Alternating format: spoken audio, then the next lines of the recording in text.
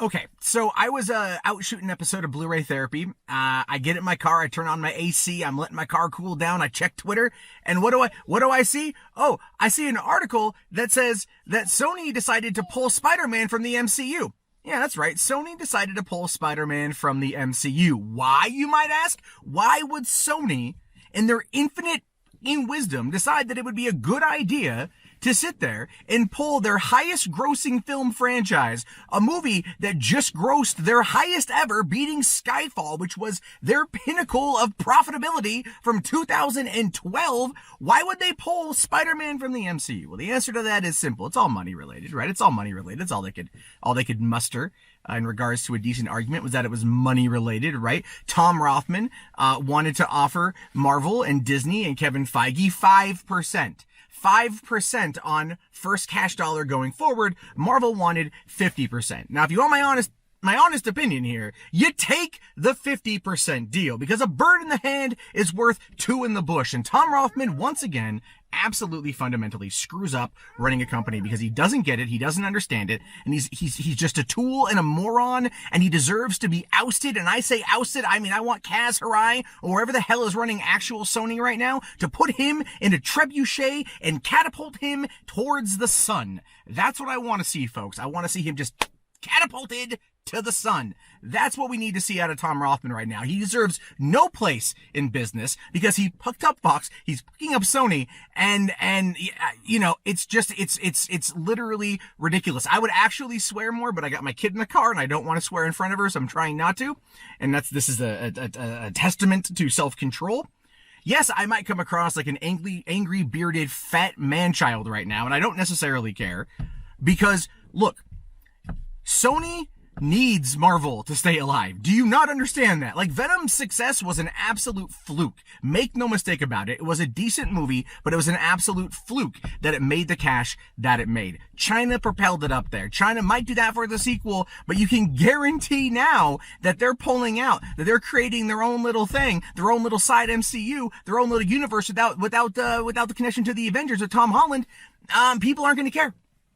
People aren't going to care. People only cared about Venom because there was that slight possibility, that slight possibility that Eddie Brock and Peter Parker would team up to fight Carnage. That was going to be the possibility that should have been the entire argument the entire time. But no, they wanted to offer 5% to Marvel, who took over all creative duties, who took over all creative control, who produced the film in line with the highest grossing films of all time, made them a lot of money off the last two Spider-Mans. Never mind, Venom's success was also predicated off of the success of Infinity War and Homecoming and everything else. And no, they decided to be absolute, just, you know, cock jugglers off of it.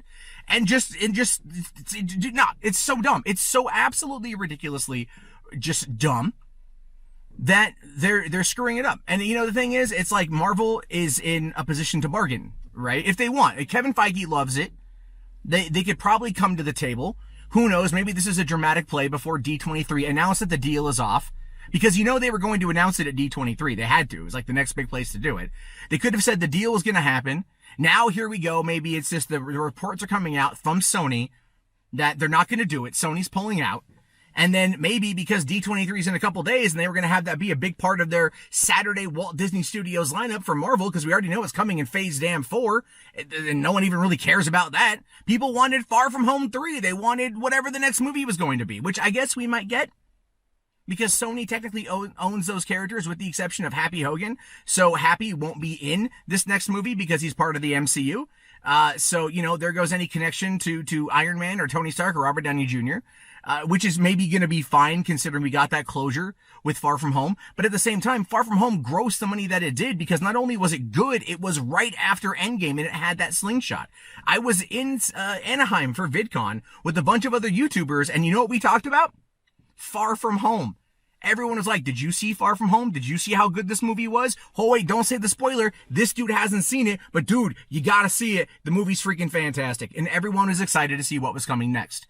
How Spider-Man was finally being done right, was finally being done under Marvel's control. It was being done by people who love it, by people who care and don't see it as a goddamn piggy bank. And that's all Tom Rothman sees these properties as, is a piggy bank. Well, guess what? You just broke your damn piggy bank. You just destroyed your damn piggy bank. You just threw it out there and you got rid of it because, oh, I don't want to pay Marvel what they're due because they made me a lot of money. But you know what? You're an idiot, Tom.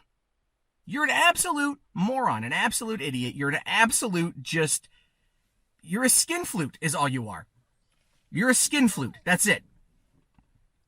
Now, here's the thing. I've said for a long time that Marvel should just outright get Bob Iger to go after Sony and get Spider-Man. And the success of Venom basically meant that wasn't going to happen. Right? I said that for a long time. I still think they should do that. And if I were Bob Iger, because this is a slap in the face before, right? Keep in mind that with the purchasing of Fox and all of the X-Men characters coming back to Marvel and Deadpool coming back to Marvel and everything coming back to Marvel, Sony was in a position to make, oh my God, umpteen $1 million because they could just sit there and pull their head out of their rectum and, go, oh wait, this is a solid deal. We can make a lot of money by teaming up with them because our other film division is terrible. When's the last Sony movie that made any money? Not really. I mean, like, they do okay here and there. But they're ultimately, they had $1 billion write-off in 2017 from 2016. $980 million is what they lost from the film division in 2016, right? Then they team up with Marvel and they make, $880 million with Spider-Man, Homecoming in 2017, over $1 billion, and 2 years later, and they're like, you know what? Let's just bite the hand that feeds us. Our other film movies, we're doing fine. We've handled Spider-Man fine. Now, you did well in 02 and 04, but from 2007 to 2017, you bungled it up quite a bit. You bungled it up. You did an animated movie that hit Best Animated Feature, which I know you're probably really happy about. On a $90 million budget, only grossed $375 million worldwide.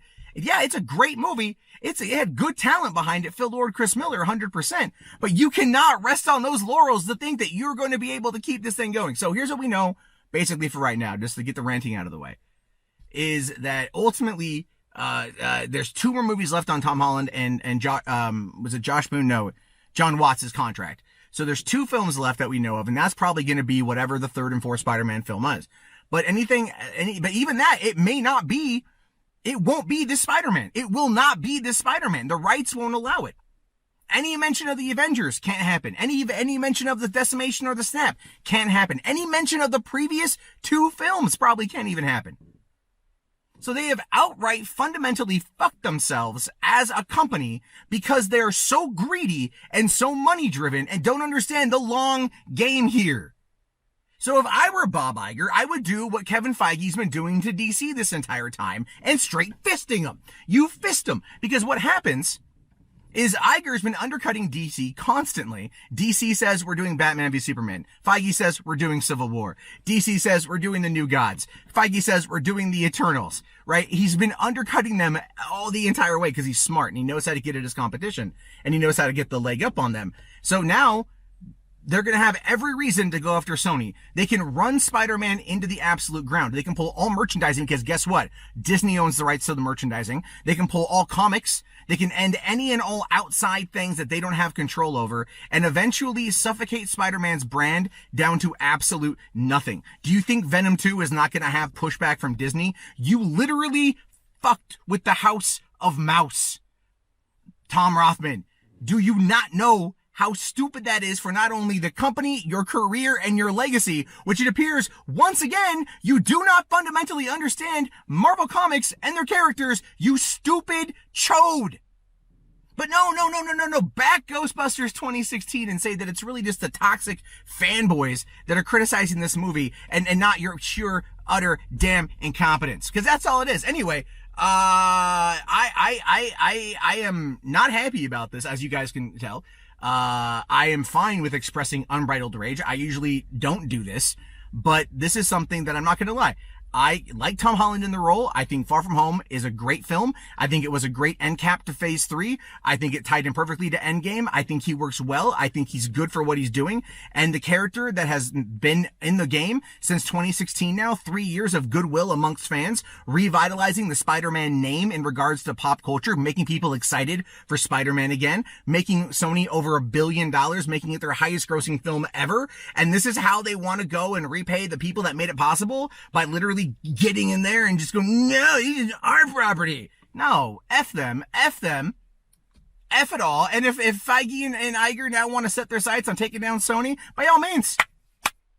The best thing Sony's done in regards to their own creation of Spider-Man was the video game, and they just bought Insomniac yesterday, and so they're going to be handling the sequel.